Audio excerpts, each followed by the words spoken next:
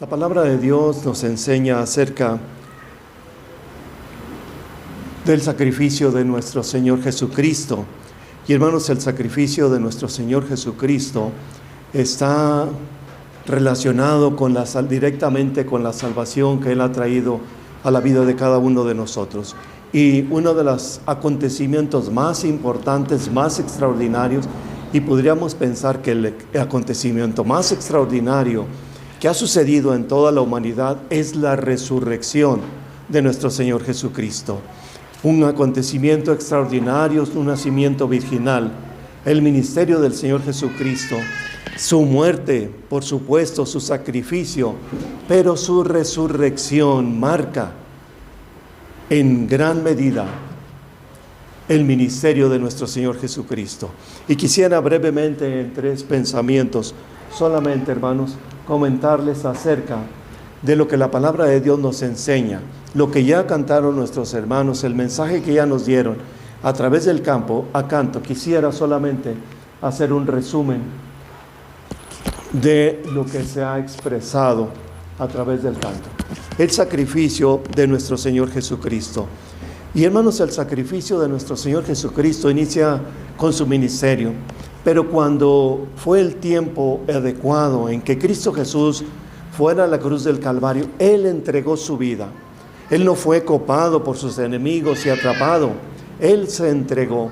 Cristo Jesús, cuando estaba orando en el huerto de los olivos, antes de que vinieran por Él, estuvo un tiempo orando, y ahí la palabra de Dios enseña que Él empezó a sufrir, empezó a recibir sobre Él el peso del pecado de todos nosotros.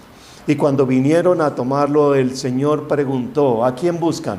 Y era una turba de hombres armados, y con piedras, con palos, con armas, con soldados. Y cuando le dijeron: buscamos a Jesús, y Él dijo: yo soy. Entonces todos los que venían armados contra Él retrocedieron y se cayeron en el suelo. Y no vinieron a tomarlo. Él se entregó. Y Pedro le dijo: ¿quieres que te defendamos? Y el Señor le dijo: no, físicamente no.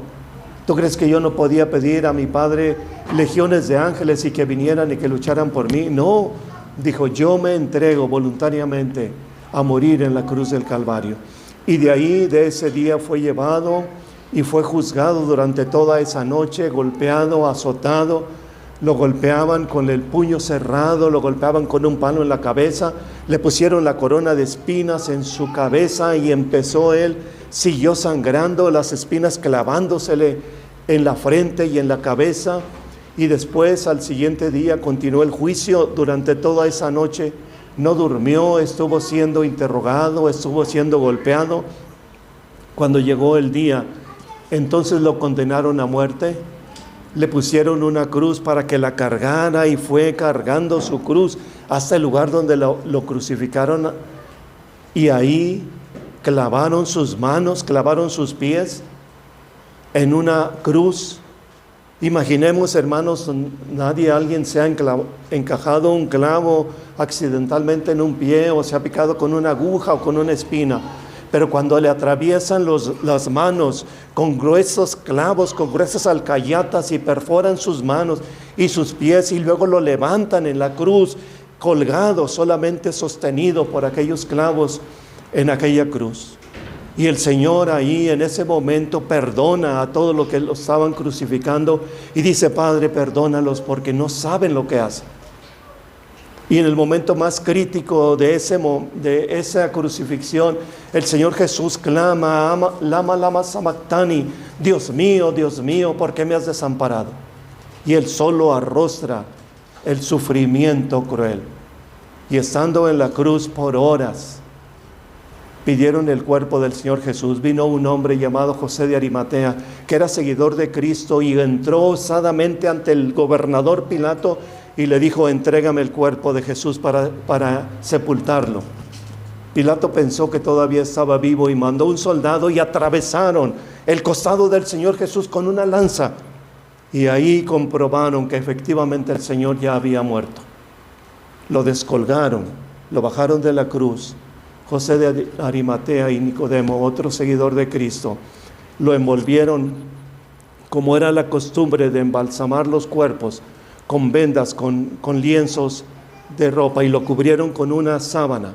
Fueron y lo pusieron en un sepulcro. Antes los sepulcros eran cuevas que hacían en los cerros, y ahí metían a los cuerpos para sepultarlos.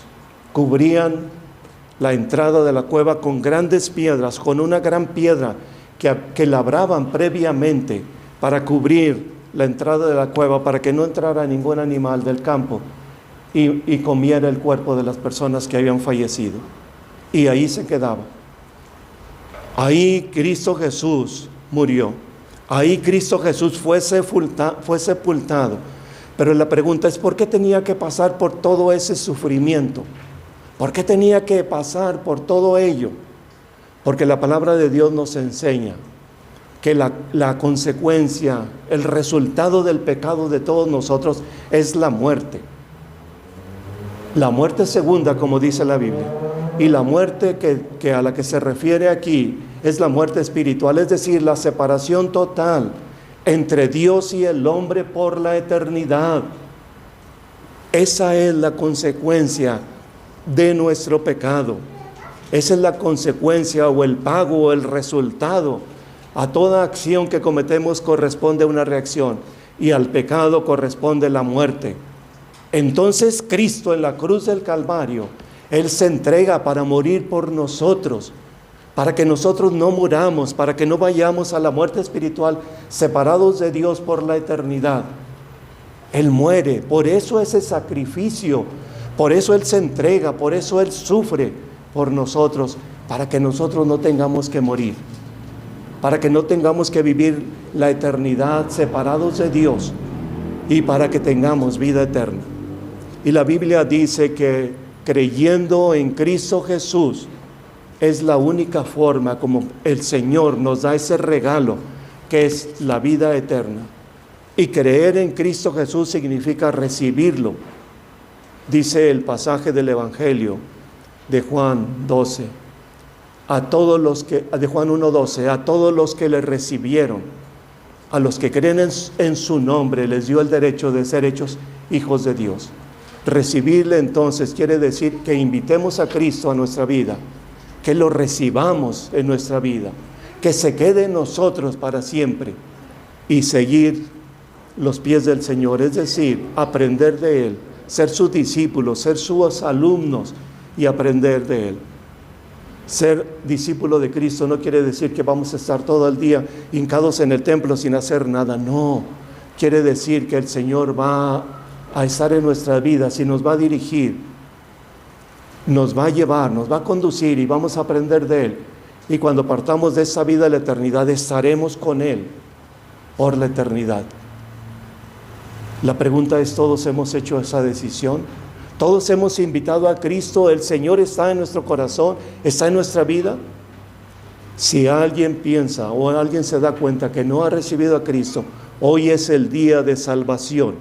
Hoy es el día en que puede invitar a Cristo ahí desde su pensamiento, desde su corazón, y decirle: yo nunca te he recibido. Hoy te invito, abro las puertas de mi vida, te recibo en mi vida, quédate para siempre conmigo. Y el Señor se queda con usted, le da la vida eterna, le da el regalo que es la vida eterna, pero además quiere que sea su seguidor. Y el Señor estará con usted por la eternidad. Y un segundo pensamiento rápidamente, quisiera, si pasamos a la siguiente diapositiva, por favor, que es la resurrección de Cristo. Y hermanos, para que pueda haber resurrección, necesariamente tenía que haber primero muerte. Y por eso Cristo muere en la cruz del Calvario para resucitar. Y el Señor había dicho a sus discípulos que iría a la cruz del Calvario, que iría al sacrificio, pero que resucitaría al tercer día, 3 días después de haber muerto. Al tercer día, Él se levantaría de la tumba, vivo, victorioso, eterno. Y en los 4 evangelios que hay en la palabra de Dios, o 4 evangelistas, es un solo evangelio, por supuesto, relatado por 4 evangelistas, nos enseñan, cada uno aporta algo el sacrificio de Cristo Jesús. Y la palabra de Dios dice que el Señor Jesús el primer día de la semana resucitó.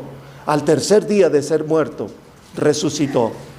En Corintios, en la epístola a los Corintios, ahí en la palabra de Dios, en el capítulo 15, dice el apóstol Pablo: si Cristo no hubiera resucitado, seríamos las personas más dignas de conmiseración. Pero dice, mas ahora Cristo ha resucitado, primicias de los que murieron es esta. Es decir, que en Cristo hay salvación, resucitado. Y quisiera, hermanos, comentarles brevemente que todos estos acontecimientos de la resurrección de Cristo se sucedieron el primer día de la semana, el domingo, para decirlo en nuestras palabras, el primer día de la semana.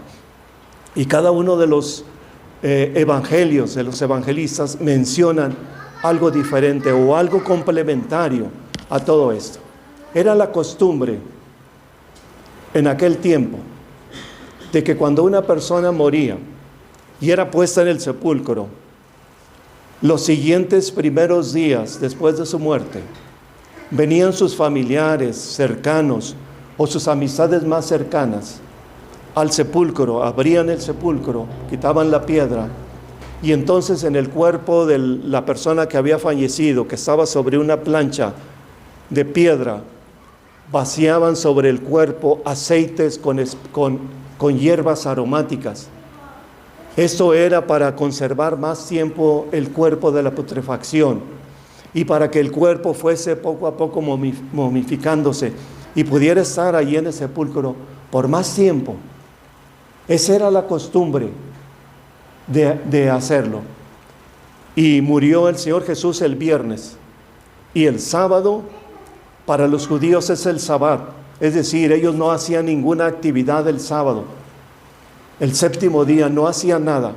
Entonces no pudieron ese día ir al sepulcro a rociar, a llenar de aceites aromáticos el cuerpo del Señor Jesús. Pero el primer día de la semana, después de que pasó el Sabbat de los judíos, dice la Biblia que muy de mañana las personas más acercadas a Cristo, que fueron entre ellas María Magdalena, las otras mujeres y la mamá de Cristo, vinieron hasta el sepulcro para vaciar todos esos aceites aromáticos que habían comprado y que habían preparado desde antes para ungir el cuerpo del Señor Jesús. Antes de la crucifixión, el Señor Jesús estaba en una casa con un hombre que lo había invitado a comer.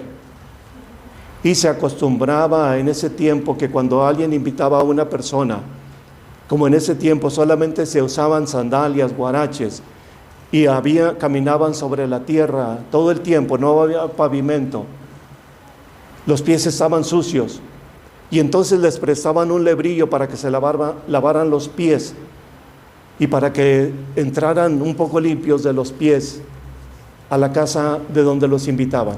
En esa ocasión no le dieron al Señor Jesús ningún lebrillo con agua para que se lavara. Y ahí estaba comiendo, se acostumbraba a unas mesas pequeñas, bajitas, y se sentaban alrededor de la mesa en el suelo, en unos cojines, se recostaban. Entonces vino una mujer, dice la Biblia, que había sido una mujer pecadora, y que Cristo la había encontrado y la había salvado y la había perdonado y había transformado su vida. Entonces ella trajo un perfume aromático, y en ese tiempo un frasco cerrado, y dice la Biblia que quebró aquel frasco y derramó el aceite sobre los pies del Señor Jesús, los pies sucios, los pies llenos de tierra, los pies con polvo, los pies tal vez malolientes del Señor Jesús, y ella derramó ese perfume sobre los pies del Señor Jesús. Y hermanos, el hecho de romper aquel perfume estaba indicando que terminaba con su vida anterior y que todo lo que había sido antes y que ese perfume lo utilizaba para mal, ahora lo derramaba en los pies del Señor Jesús. Y además inclinó su cabeza y con su propio cabello secó los pies del Señor Jesús. Y el dueño de la casa murmuró y dijo, si este fuera realmente el Cristo, sabría que esa mujer ha sido una mujer pecadora.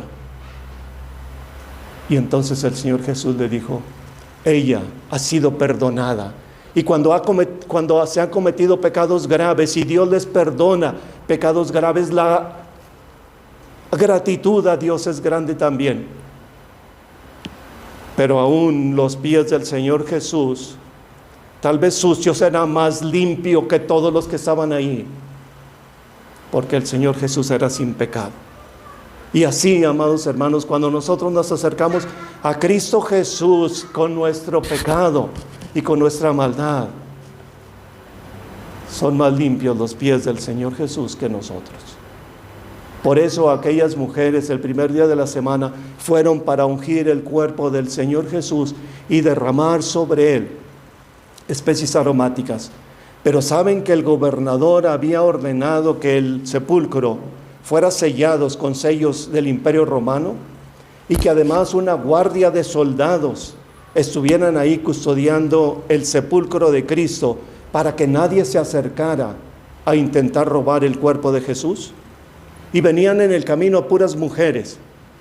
¿Cómo harían frente a esos hombres armados, soldados que no se iban a intimidar ante un pequeño grupo de mujeres y que estaban dispuestos a agredirlas si trataban de acercarse al sepulcro de Cristo? Y era su preocupación. El Evangelio en Mateo lo dice, que venían ellas pensando cómo salvarían la guardia de soldados. Pero esa misma madrugada, antes de que las mujeres llegaran, vinieron unos ángeles y se presentaron y abrieron ellos el sepulcro. Y entonces los hombres rudos, los soldados, los valientes, los armados, se llenaron de miedo, temblaron y empezaron a irse ante la presencia de seres angelicales que empezaron a remover la piedra. De tal manera que cuando llegaron las mujeres ya no estaban ese impedimento de los hombres. Amados hermanos, cuando nosotros queremos acercarnos a Cristo y servirle y adorarle, a veces hay personas que tratan de impedirnos que nos acerquemos a Él. A veces son personas contrarias al Evangelio, pero a veces son personas de nuestra propia familia. A veces son personas de nuestras propias amistades que nos dicen, ¿tú para qué vas al templo?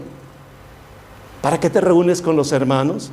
¿Qué no ves que es más bonito estar aquí en la parranda y en todas las demás cosas? No vayas. O a veces los propios familiares se enojan y se oponen a que las personas vengan a Cristo Jesús para servirle, para adorarle. A veces son así dirigentes espirituales que se oponen a las personas a que se acerquen a Cristo. ¿De qué manera? Con su vida, con su testimonio, con su pecado. Y las personas dicen, ese es el dirigente espiritual y véanlo cómo es. No, pues yo a qué voy. Personas que se interponen, como aquellos soldados, a que se acerquen a Cristo Jesús. En una ocasión, en varias ocasiones, pero una de ellas, iba durante su ministerio el Señor Jesús caminando y se acercó una mujer que tenía una hija que estaba poseída por el demonio y le decía al Señor Jesús, ten misericordia de mi hija, está gravemente atormentada por un demonio. Y la mujer insistía y seguía al Señor Jesús y lo decía, ten misericordia de mí, y le insistía y levantaba la voz. ¿Y saben qué hicieron los apóstoles del Señor Jesús? Le dijeron al Señor, dile que se vaya. Viene ahí gritando atrás de ti como loca, mejor que se vaya. Y el Señor Jesús se acercó a la mujer aquella y entonces le concedió lo que pedía. Y aquella niña, aquella joven que estaba poseída por el demonio, en ese mismo momento fue liberada por el amor de Cristo. Ven que a veces son los mismos dirigentes espirituales los que se oponen a que nos acerquemos a Cristo. Por eso nuestra mirada, por eso nuestra fe, por eso nuestra confianza no ha de estar puesta en ningún hombre, por bueno que sea, por consagrado o por aparentemente bueno. Nuestra mirada debe estar puesta siempre en Cristo Jesús, el único santo, el único perfecto, el único que nos recibe como seamos. Creen que a veces son los propios padres los que se oponen a que sus hijos vengan a Cristo Jesús. Se oponen otra vez por sus actitudes, por sus pensamientos, porque no creen, porque no quieren acercarse a Cristo. Los propios padres son un impedimento a los hijos.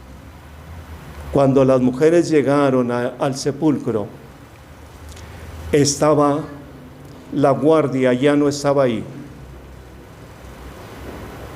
Ojalá que ninguno de nosotros vayamos a ser un estorbo para que otras personas se acerquen a Cristo. Ojalá que no vayamos a ser estorbo para que nuestros propios hijos o nuestros nietos se acerquen a Cristo.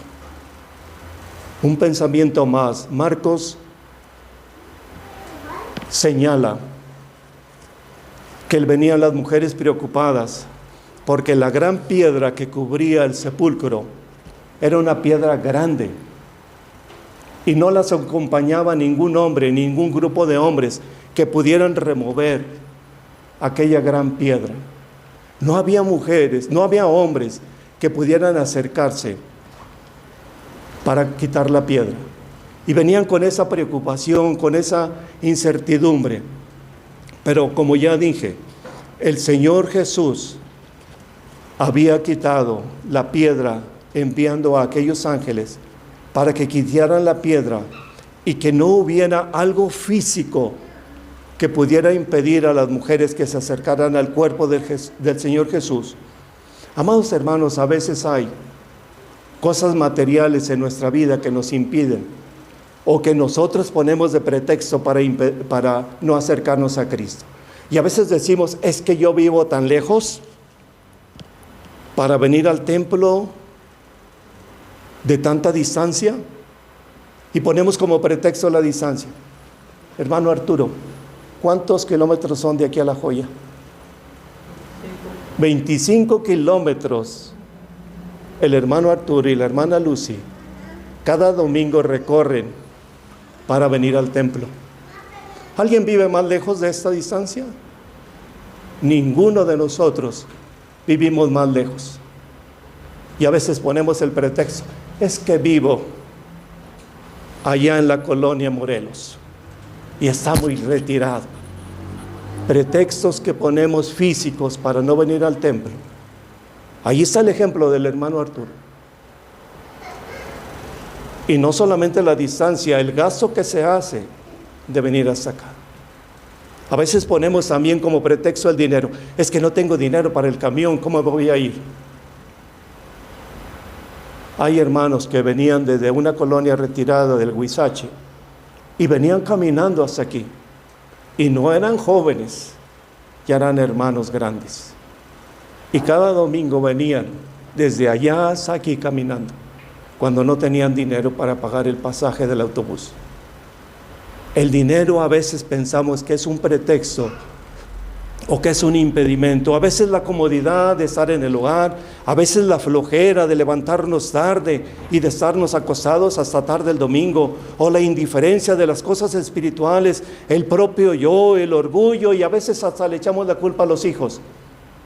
Ay, es que los niños tenemos que levantarlos y que cambiarlos. Saben que había un pastor en una ocasión, escuché este testimonio, que Dios lo llamó a ir a una iglesia a predicar y decía, es que mi hijo, pues ¿cómo lo voy a dejar si va a la escuela y yo me voy a ir? No voy porque mi hijo tengo que atenderlo. Y saben que de repente el niño se murió. Y se vio aquel pastor solo y dijo, yo estaba poniendo de pretexto a mi hijo. Y ahora ya no hay pretexto. Ojalá que ninguno de nosotros pongamos de pretexto a nuestros hijos, poniéndolos en riesgo. Hermanos, la forma de acercarnos a Cristo es a través de la oración, a través de la meditación de la palabra de Dios. a través del servicio de la adoración, y Él quitará cualquier estorbo que haya en nuestra vida para acercarnos a Cristo. Así como los ángeles quitaron aquella gran piedra para que las mujeres pudieran acercarse al Señor Jesús. Y por cierto, los ángeles, cuando quitaron la piedra, no fue para permitir que el Señor Jesús saliera resucitado. Fue para que las mujeres y los apóstoles y todo el mundo, todos nosotros, pudiéramos ver la tumba vacía de Cristo. Cuando llegaron las mujeres y los apóstoles, vieron los lienzos que habían sido puestos en el Señor Jesús, doblados y acomodados allí en la cabecera de aquella gran plancha. Entonces los ángeles removieron la piedra, no para que el Señor Jesús saliera, sino para que todo el mundo viera la tumba vacía, porque el Señor Jesús, ahora resucitado, glorificado, con un cuerpo transformado, con un cuerpo ya no sujeto ni al tiempo ni al espacio, ni a nada, un cuerpo glorificado, un cuerpo ensalzado, un cuerpo que ya no era corruptible, podía atravesar los lugares, los tiempos, y podía desplazarse a la velocidad del pensamiento y atravesar aún las paredes más gruesas. Por eso el sepulcro no fue abierto para que saliera Cristo, porque Cristo ya estaba resucitado y ya había salido. Fue para que todo mundo viera la tumba vacía de Cristo resucitado, de Cristo glorificado, de Cristo ensalzado, de Cristo eterno, de Cristo el Rey, de Cristo el Señor, de Cristo el Salvador nuestro.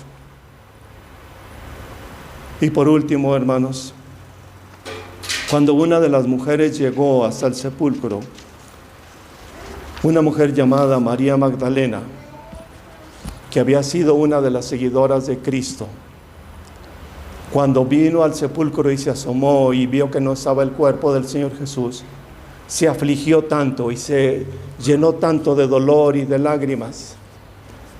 Y pensaba, después de todo lo que le hicieron al Señor Jesús, ahora, aparte de eso, se llevan el cuerpo del Señor Jesús, quién sabe para hacerle qué. Y estaba tan afligida, llorando, sumida en sus pensamientos y en sus sentimientos de derrota, de tristeza, de dolor. Entonces el Señor Jesús se acerca a ella, Él ya resucitado, y le pregunta: ¿por qué estás llorando? ¿A quién estás buscando? Y ella escuchó la voz del Señor Jesús a su espalda y no reconoció la voz. Y volteó a verlo, pensando que era el jardinero, el que cuidaba las tumbas. Y le dijo: si se han llevado el cuerpo del Señor, dime dónde está. Y entonces el Señor Jesús le habló por su nombre y le dijo: María. Es entonces cuando ella reconoció que era Cristo Jesús resucitado y que estaba cerca de ella y que estaba hablando, y que ahora todo el dolor y la tristeza y el desencanto se habían quitado de su vida. Amados hermanos, ¿saben que a veces nuestros sentimientos y nuestros pensamientos nos hacen que sintamos que estamos lejos de Cristo o que el Señor está lejos cuando está cerca? Y a veces nuestro sentimiento es de enojo y no vemos que Cristo está ahí. A veces es de resentimiento, a veces es de tristeza, a veces es de dolor, de llanto.